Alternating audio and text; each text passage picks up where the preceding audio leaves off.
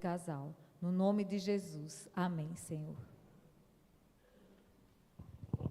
Obrigado, Mabel, pela leitura do testemunho missionário. E nós temos, durante esse mês da conferência missionária, sendo desafiados a olhar a porta aberta como oportunidade, as portas abertas que Deus está abrindo para você na escola, na sua vizinhança. E hoje vamos ser desafiados. Eu tenho um prazer, alegria de convidar a Maninho para vir aqui à frente. Nós vamos ter uma exposição bíblica da Palavra de Deus. E quando a gente pensa em missões, aqui a gente tem muita história junto. São histórias de desafios, histórias assim de compromisso missionário, de participação em congressos, e isso envolvia muito, porque éramos uma igreja com poucos recursos, mas a gente se dispunha a fazer aquilo que Deus tinha colocado, e Maninho sempre disse assim: eis-me aqui. E eu encorajei, incentivei ele muito. Com muita alegria a gente está aqui nesse momento de realmente de celebrar o fato de que, para que todos o adorem, até para que isso aconteça, nós precisamos comunicar o Evangelho de Jesus Cristo. E esse rapaz aqui tem se proposto, e ele recentemente, acho, junto com Mabel, Bona, estava no Congresso Brasileiro de Museu, o 8º, o 10º. Desses 10º, eu acho que ele assistiu 7, acho que 6 ou 7, mais ou menos. Eu estava participando, eu estava envolvido em muitos desses envolvimentos dele com a obra missionária. Vamos orar. E eu quero convidar você nesse momento, a levantar suas mãos, reconhecendo que o Senhor, Cristo é nossa suficiência e que Ele fale para nossos corações nesta noite. Pai amado, estamos no mês de missões da nossa igreja, não é só este mês. Nós entendemos que nós somos chamados a fazer missões todos os dias, como foi falado aqui, em todos os lugares que tem colocado a Igreja Batista Oásis. É uma verdade, um movimento para a gente lembrar o nosso compromisso, renovar o nosso compromisso com missões, mas também é um momento de a gente refletir a Tua graça, de realmente entender o que o Senhor tem para a sua igreja. Todos nós somos chamados para ser missionários. Abençoa a vida de Maninho e a gente guarda a sua família também. Louvamos pela presença de Aninha conosco, também lembramos Larissa e Mateus. Oh Deus bendito, que o Senhor seja usando a sua palavra. Ele é um irmão querido, um amigo, um filho na fé. Alguém que a gente tem um cuidado e um apreço muito grande. O Senhor usa ele cada vez mais. Em nome de Jesus. Amém.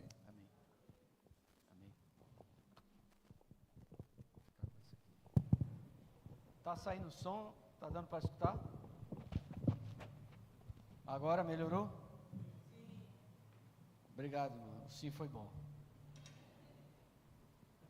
Irmãos, eu estou muito feliz, não sou eu, muito feliz e me sinto muito à vontade de estar aqui mais uma vez com os irmãos.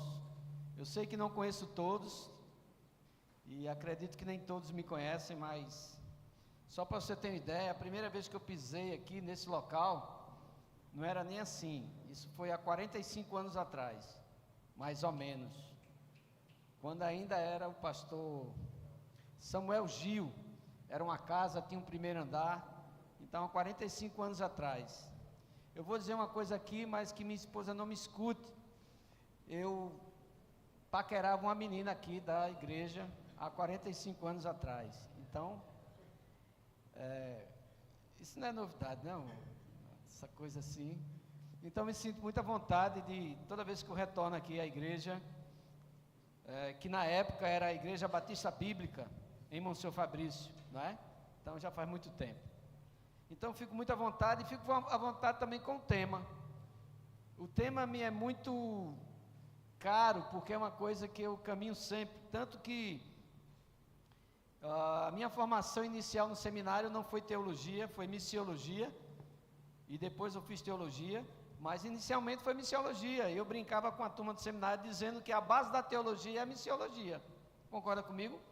Porque é a mesma coisa da base da missão da igreja. A base da missão da igreja é a missão de Deus, ou os que os teólogos chamam de missio Dei.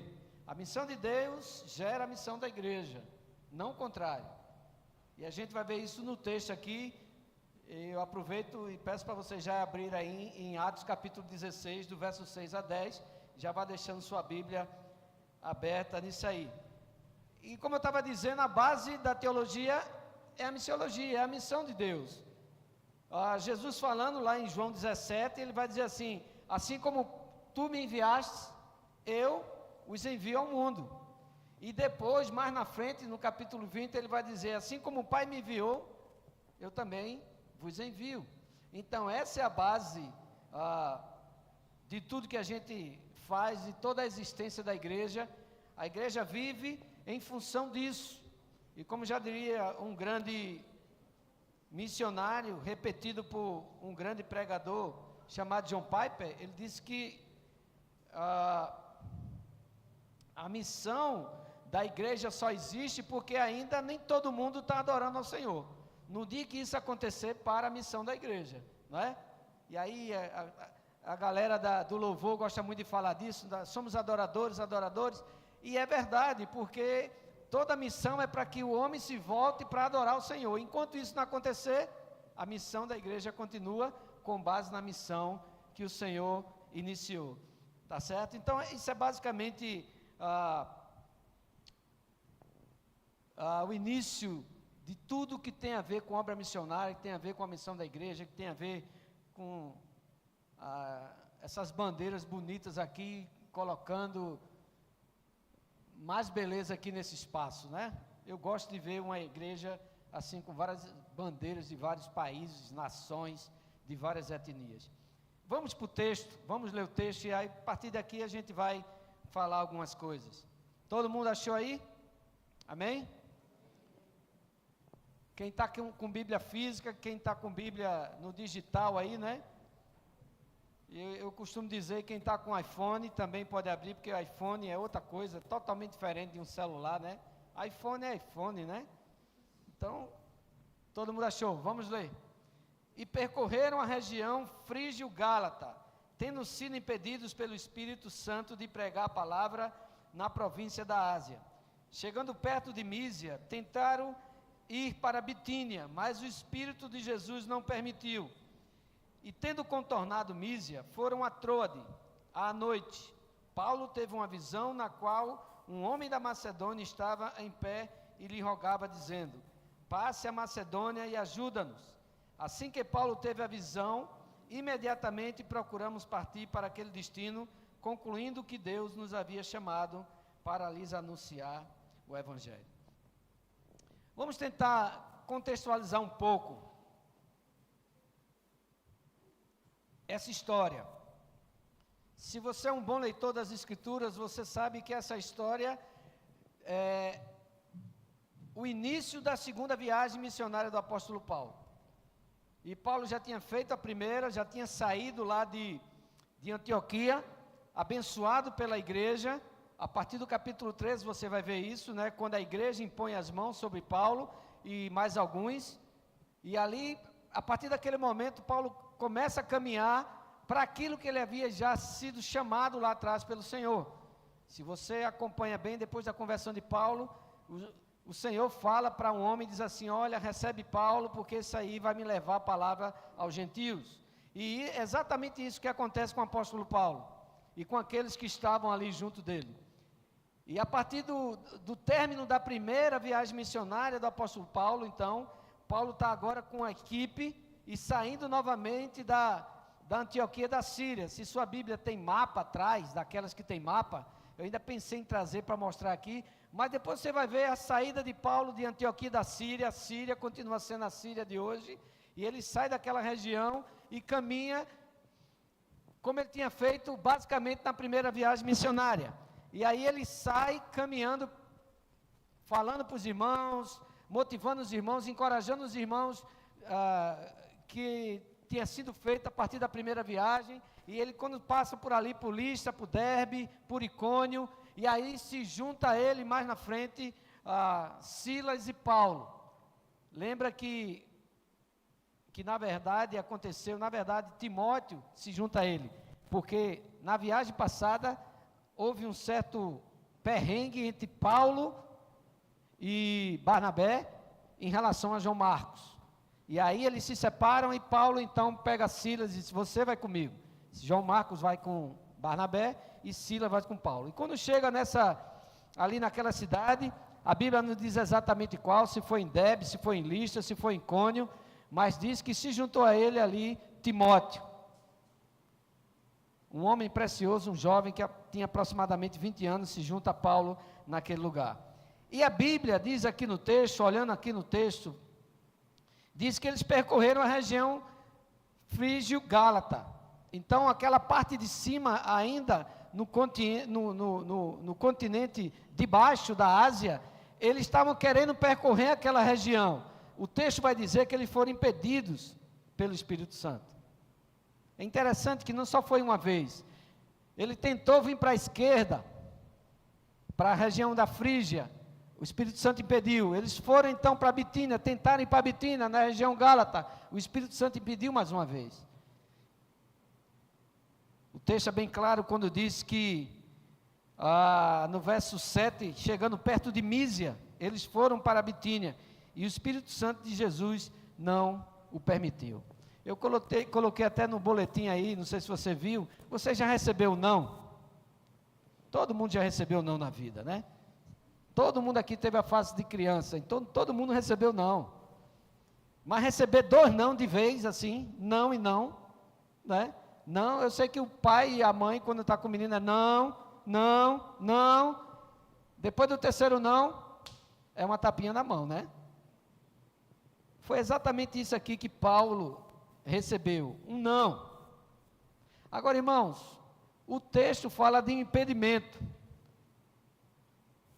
É interessante porque Paulo saiu, depois de uma imposição de mãos, saiu ali com a bênção da igreja. Eles saíram ali com aquele foco, com aquela paixão missionária para pregar o evangelho, era isso. O Senhor tinha falado com Paulo, disse: Paulo, você vai levar o evangelho para os gentios. E de repente, quando Paulo faz os planejamentos todos, os mapas, Paulo não era um cara de ser pego de surpresa. Paulo era tarimbado. Paulo foi criado aos pés de Gamaliel. Paulo tinha conhecimento. Paulo conversava sobre vários idiomas. Ele tinha cidadania romana, também era judeu. Então, assim, não era um Zé Ninguém.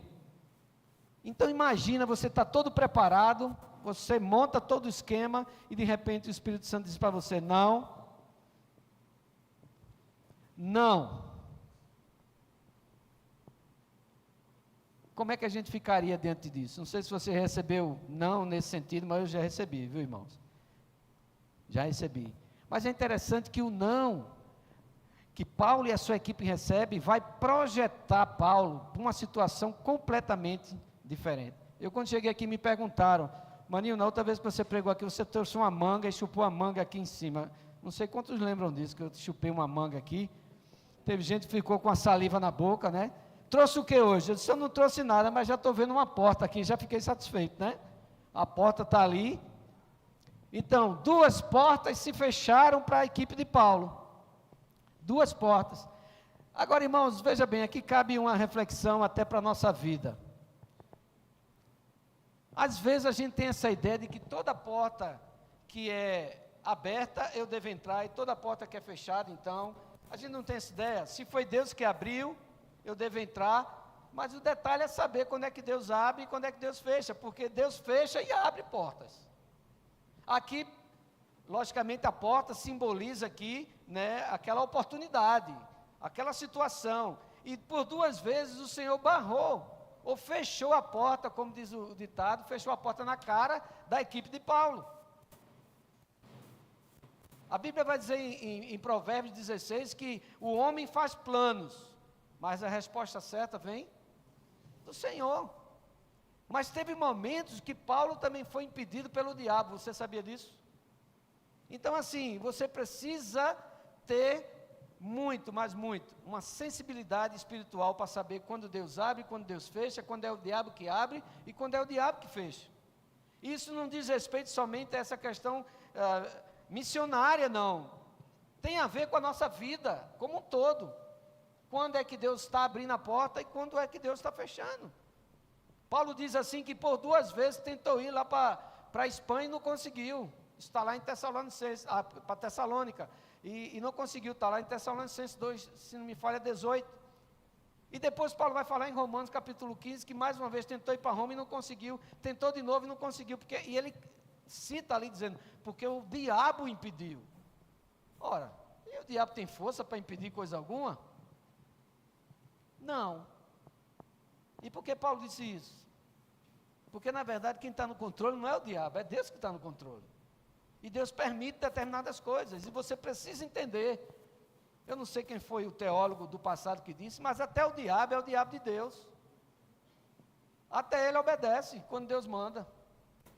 Então, é preciso ter uma sensibilidade espiritual. E esse texto de Atos capítulo 16, aqui nesses versos, fala exatamente sobre isso, sobre essa sensibilidade espiritual que a gente deve ter, sobre essa direção divina, porque o verso 8 vai dizer que agora eles, não que eles traçaram, mas que eles foram para um novo rumo, eles foram para Troade, que era o limite terrestre, antes ali, separado pelo mar Egeu, onde novamente, onde logo depois eles iriam para o outro lado, chamado Macedônia, que é o que a gente conhece hoje como Europa.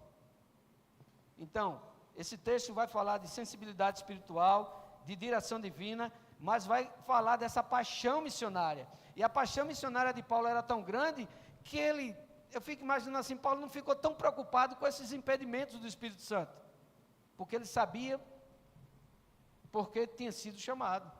Ele sabia qual era a missão dele.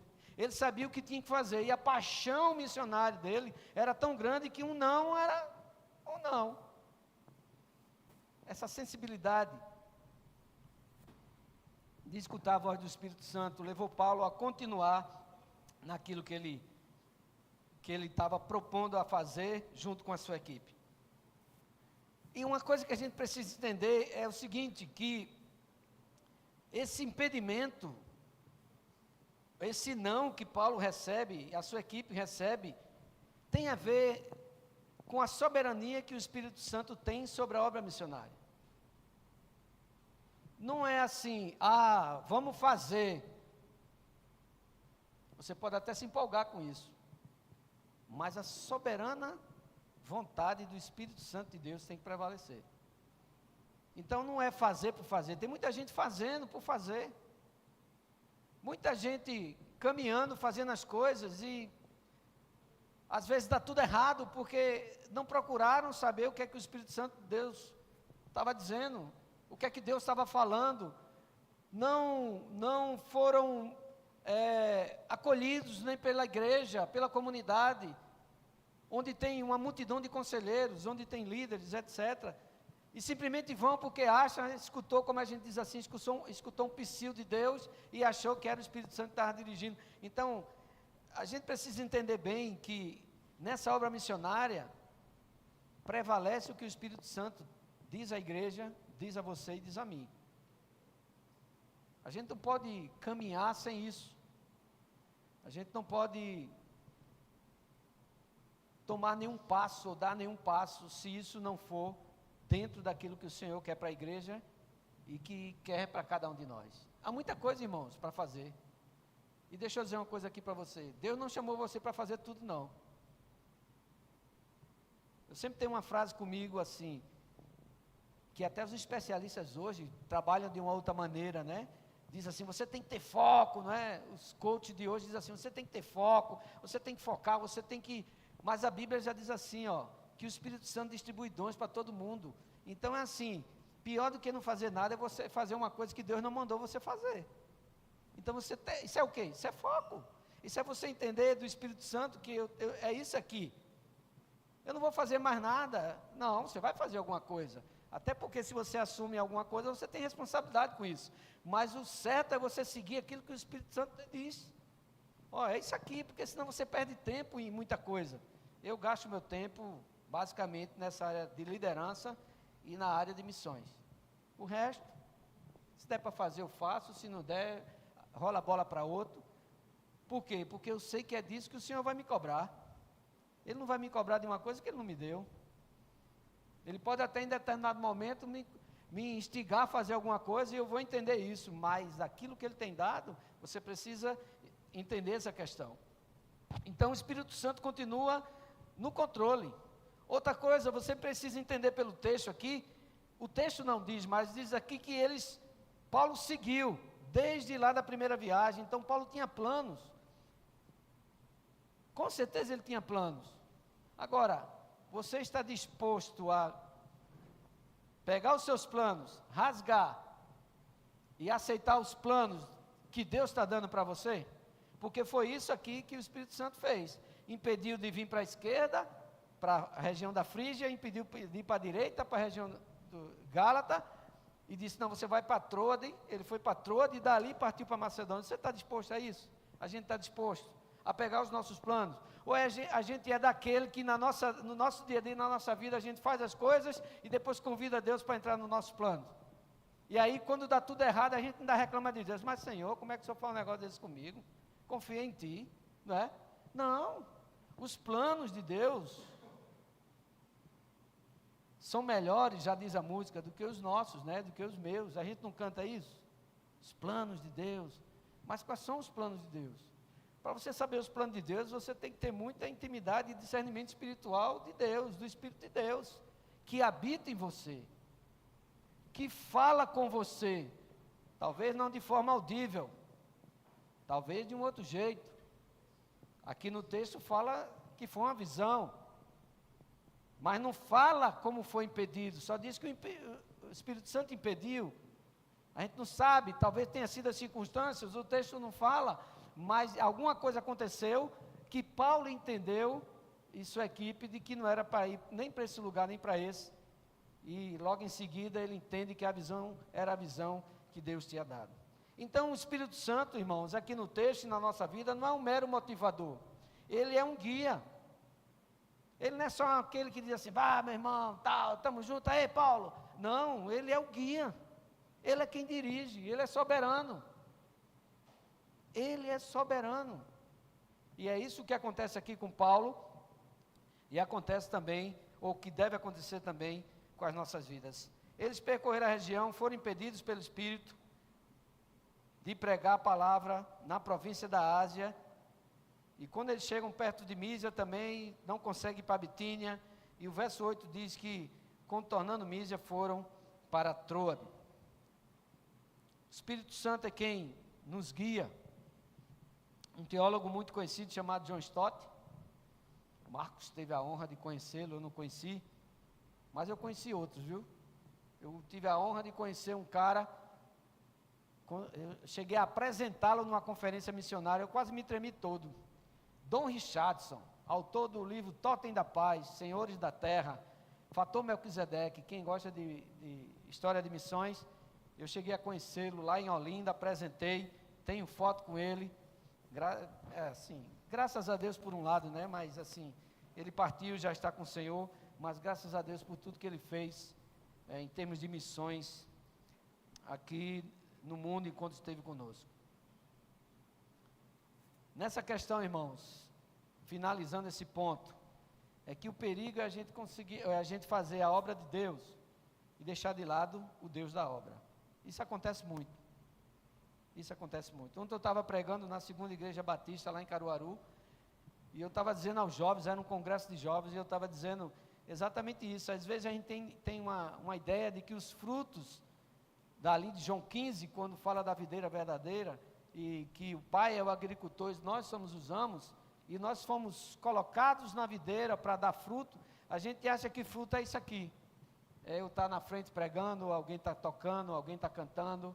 Não, isso pode ser resultado de algum fruto, mas isso não é fruto. Fruto é outra coisa.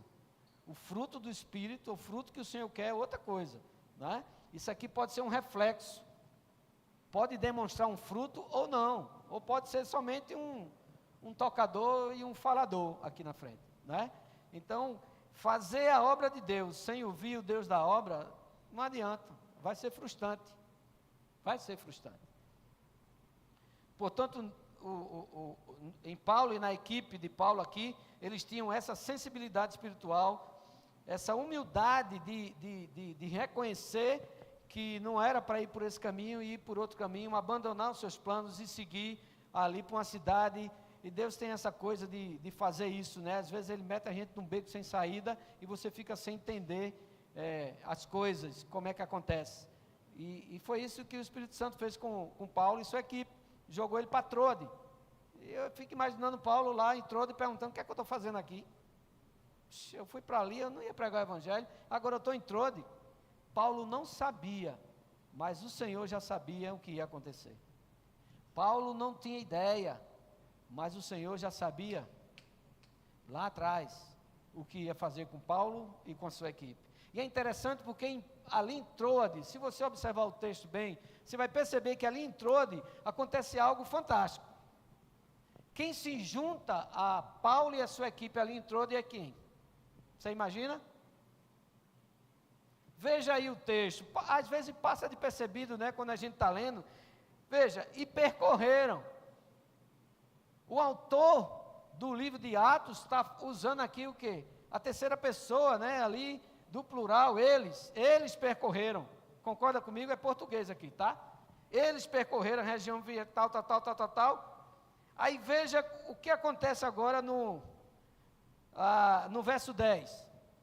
Assim que Paulo teve a visão, imediatamente o quê? Procuramos. Ou seja, o autor aqui se inclui agora na equipe. Então tudo indica, e você não vai encontrar isso até o 15º capítulo de Atos. A partir de agora você tem Lucas participando da viagem. Veja que interessante. E quem foi Lucas? O autor do livro de Lucas, do Evangelho de Lucas, e autor do livro de Atos. E quem foi Lucas mais? Ele era o quê? Provavelmente, dizem os teólogos, não sei, provavelmente Deus dirigiu e disse: Paulo, tu vai ter muito problema, eu vou fazer com tu para em Trode, porque quem vai fazer parte da equipe agora é um médico que vai cuidar de ti. Veja que interessante, né? Como Deus faz as coisas. Eu estou supondo, tá, irmãos? Não está na Bíblia, não. Mas você vai ver outros versículos e outros textos onde fala que Paulo diz assim: Lucas, meu amado médico. Parece que Paulo, já naquela época, tinha médico particular. Não sei se era cardiologista, urologista, eu não sei qual médico que era. Mas assim, Lucas se junta à equipe. Isso é um fato grandioso. Porque assim, é Deus de uma forma soberana que junta essas coisas, que faz isso acontecer. Sem que a gente perceba, a gente está achando uma coisa e Deus está fazendo outra completamente na nossa vida. Eu não sei se você lembra de alguma história de Deus fazendo isso, mas eu lembro de várias.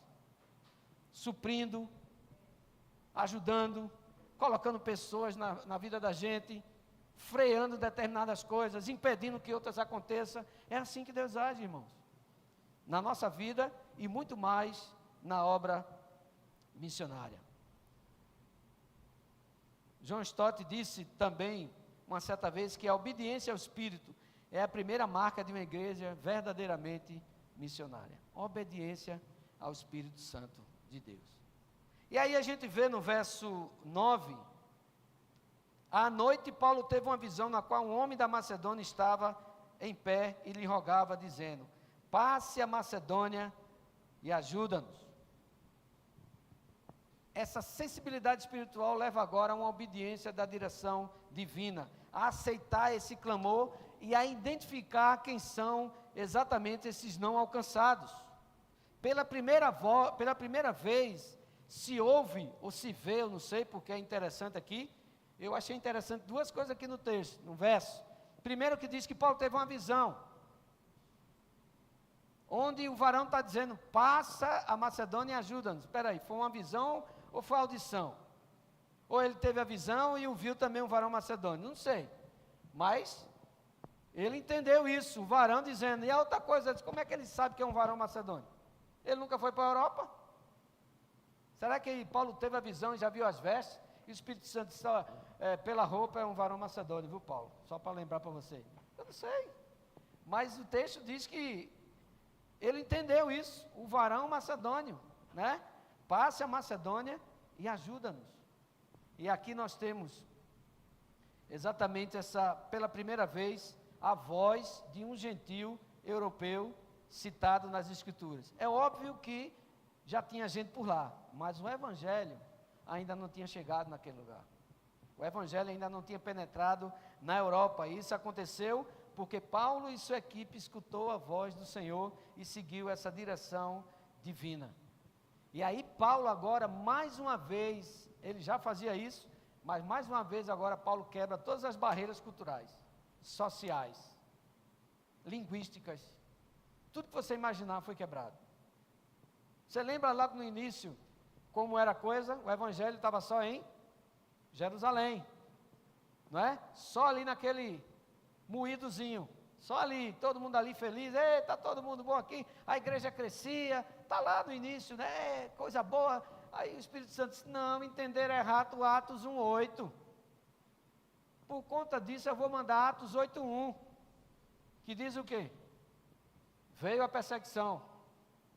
Então eu me lembro de uma pregação do grande e saudoso Edson Queiroz, da Igreja Batista lá em Santo André, autor do livro Igreja Local e Missões, que ele dizia assim, quando a igreja não entende Atos 1:8, o Senhor manda Atos 8:1. E veio uma grande perseguição e todos saíram, exceto os apóstolos. E aquilo ali começou a aumentar, já não era mais Jerusalém, já estava em toda a Judéia, já tinha passado para Samaria e agora tinha chegado na Galileia, lá em cima. E da Galileia, a coisa se expandiu através de Paulo também. Mas só que Paulo estava ali, veja. Antes que Paulo tivesse o mesmo pensamento, o que foi que o Senhor fez? Não, parte direto para a Europa, cara, passa aí e tal, mas vai para a Europa. Então o evangelho se expandiu para mais um campo, mais além do que aquilo que já estava ali, que era somente a Ásia, não é? Veja como Deus faz a coisa. Esse era o lugar, Troade ali, antes de seguir, esse era o lugar do encontro, da parada forçada, da visão.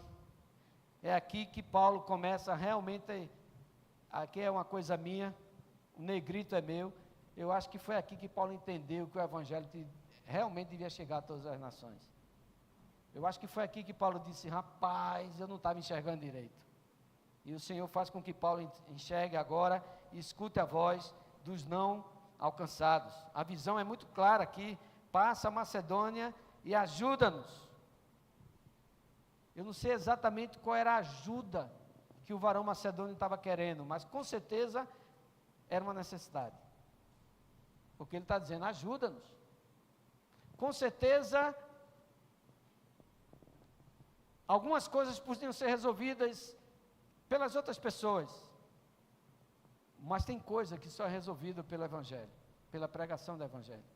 Qualquer um pode entregar a cesta básica, mas só uma pessoa que conhece a verdade e prega o Evangelho pode levar o Evangelho.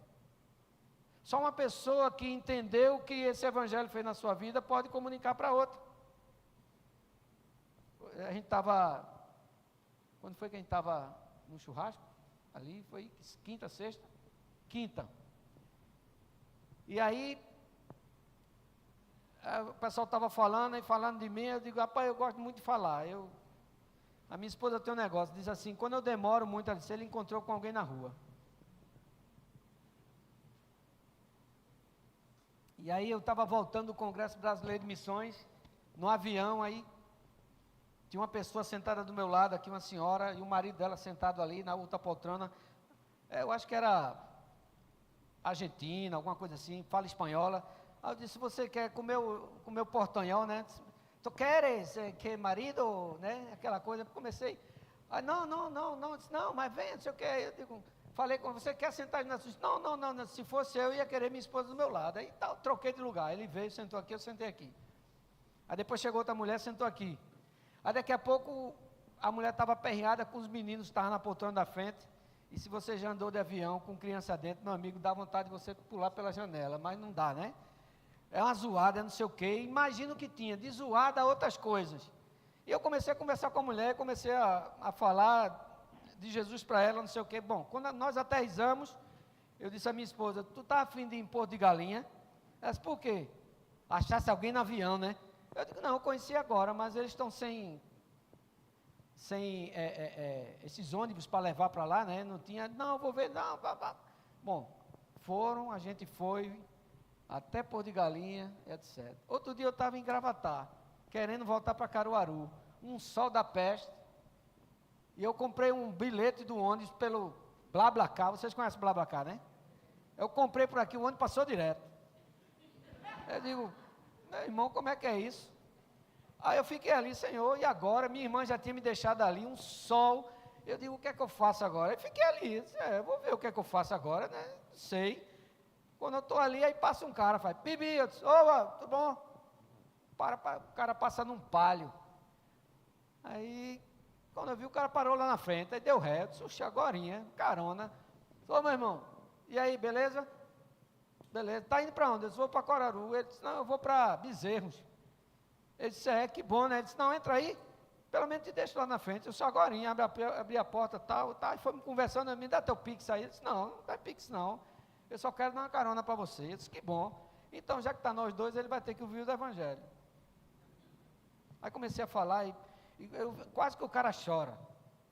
Aí descobri que depois o cara me agradeceu, eu tenho o telefone dele aqui, peguei, já sei que a irmã dele trabalha no Shopping Caruaru e tal, ele me pediu perdão, porque tinha tomado 2 cervejas, não sei o quê, e eu orando por ele e tal, aquela coisa toda, né?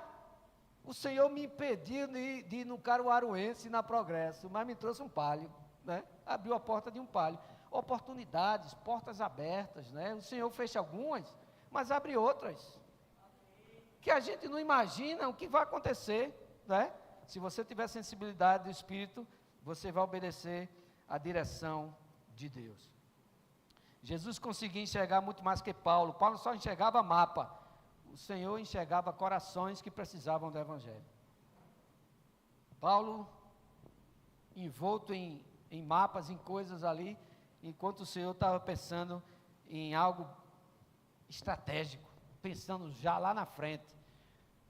Paulo vai chegar lá, vai chegar na Europa, vai chegar assim. Irmãos, e o Evangelho que nós temos hoje veio da Europa. Veio para as Américas através da Europa. Chegou na Ásia, chegou na África, mas da Europa veio para cá. E aí é história, né? As caravelas e etc., aquele século XVI e tal, veio para cá e chegou aqui, o Evangelho nos Estados Unidos, no Canadá, e tal, chegou aqui no Brasil, América do Sul, vindo de lá, porque alguém teve sensibilidade espiritual e porque alguém escutou a voz de Deus, a direção de Deus, e em vez de ficar nas igrejas ali, cuidando de Listra, Icônio, Derbe, ele seguiu para o novo continente. Isso aconteceu também com um missionário conhecido como o pai das missões modernas, William Carey. Ele sonhou em alcançar a Índia. Era um lugar não alcançado na época, isso lá no século XVIII. E muitos achavam que era loucura, e ele simplesmente, como Paulo, ele cruzou a Europa, atravessou o oceano e movido por uma paixão missionária ardente, aquele lugar era Nova Macedônia, do grande William Carey. E hoje a gente conta a história dele, o pai das missões modernas. E se tem uma coisa que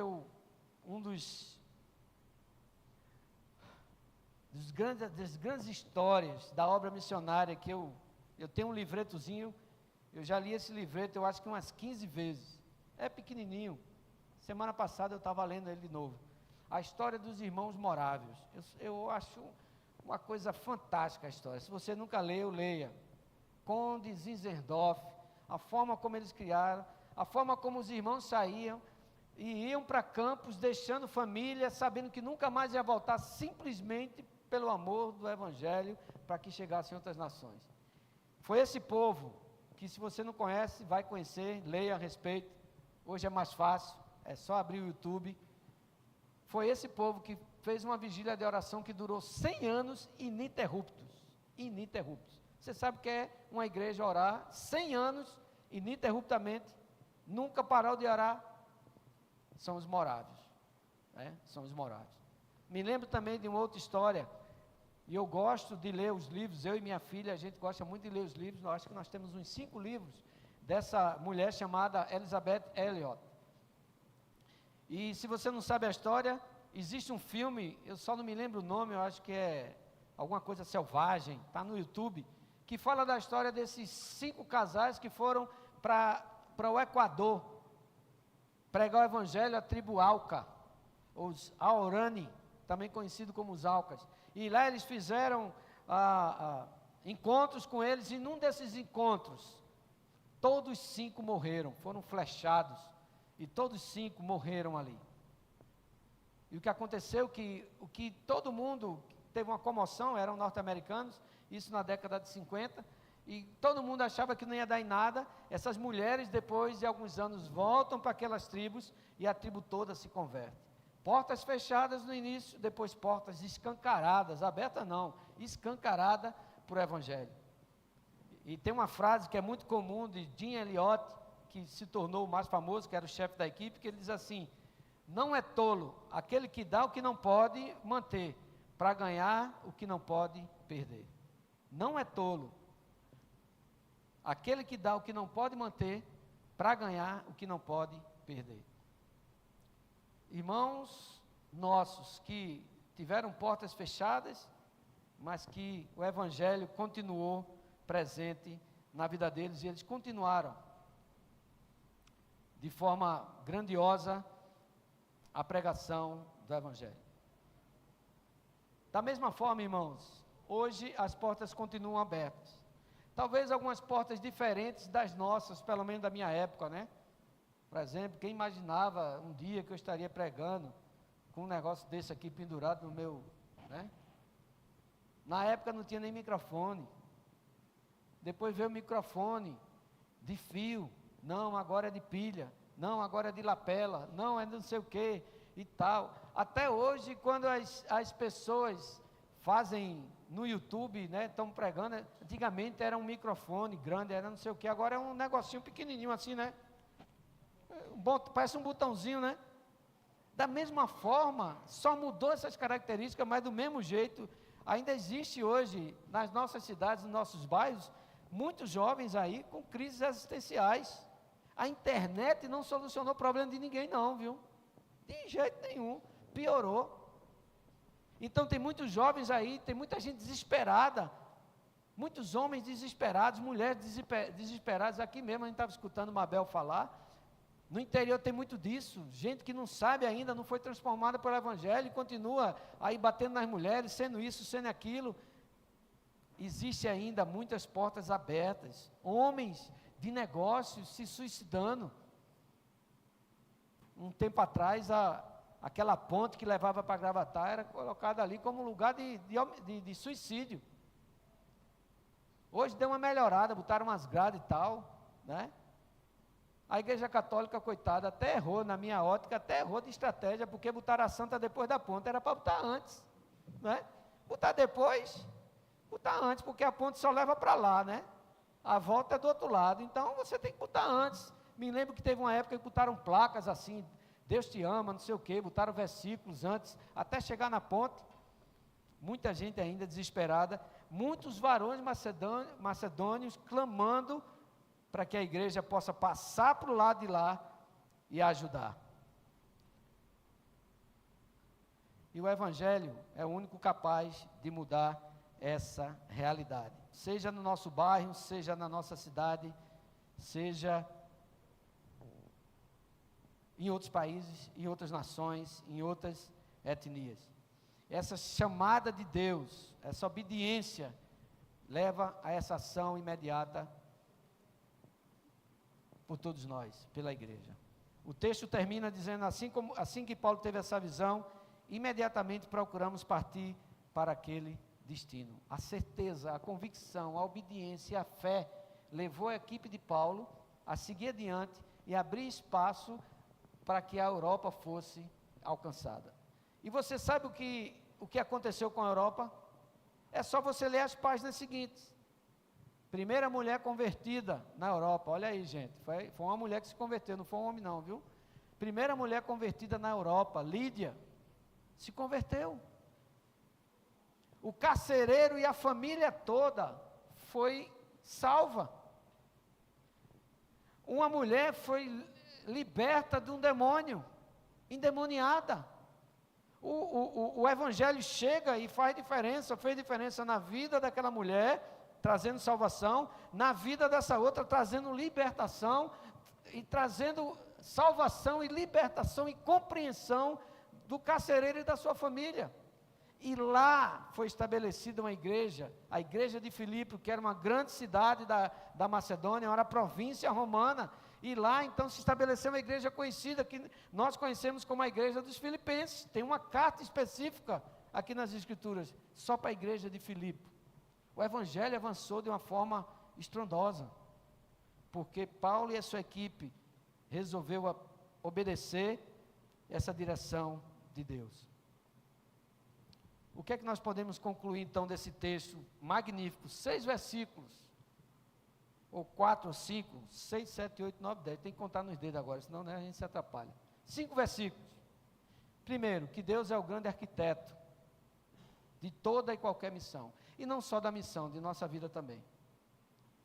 É uma história, o texto aqui é uma história que tem a ver com pontos geográficos, mas na verdade tem a ver com corações alcançados. A gente precisa ter uma visão mais aberta disso. A gente precisa entender todas essas etnias, todas essas nações. Eu gosto de pensar em missões assim. Por quê? Por várias razões. Primeiro, porque Jesus falou nisso. Jesus só fala assim, ó, o campo é o mundo. Ele não diz o campo é Monsenhor Fabrício. O campo é o mundo. Você vai para o final de Mateus, ele vai falar que tem que ser o evangelho para todas as nações. Você vai para o livro de Marcos, ele diz assim, ide pregar o evangelho a todas as criaturas. Você vai para Lucas, ele fala a mesma coisa. João diz a mesma coisa. E Atos capítulo 1, verso 8, repete a mesma coisa. Nações, etnias, mundo. A seara é o mundo. Rogar aos trabalhadores, ao Senhor para que traga mais trabalhadores. A seara é pequena. Então, Deus sempre pensou no mundo, porque Deus amou Ele pensou em mundo, em pessoas, em todos os lugares. Ele não pensou na localidade. Ele não pensou. E o segundo motivo é porque se você botar na balança, irmãos, a gente está perdendo feio. A maioria das igrejas só querem saber de pregar o evangelho onde o evangelho já está.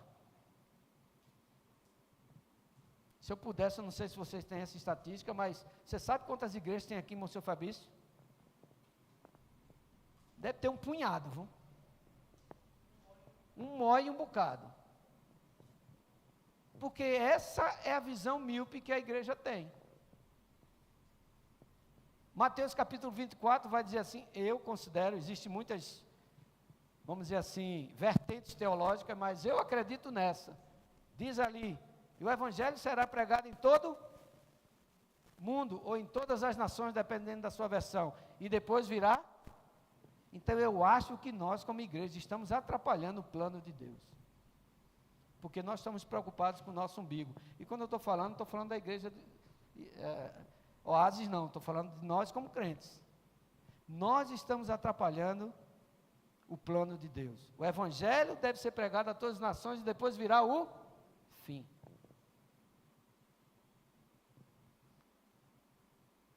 O chamado continua.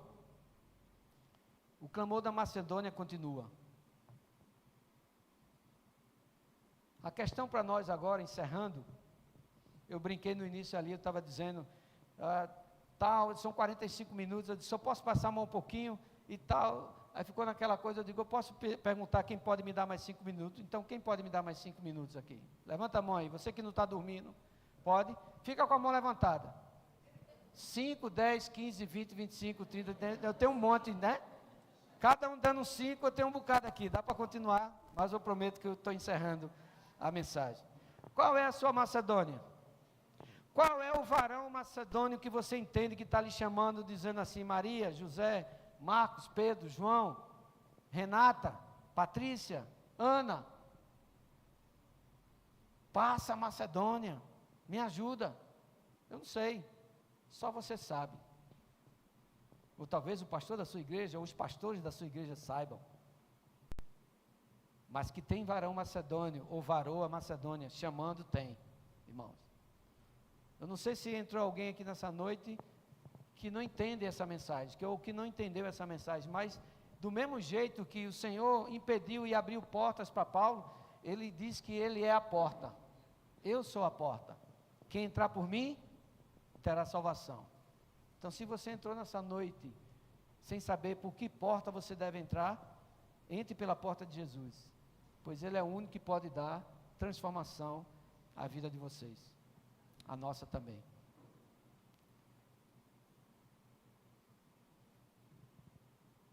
Talvez a Macedônia seja a rua da igreja,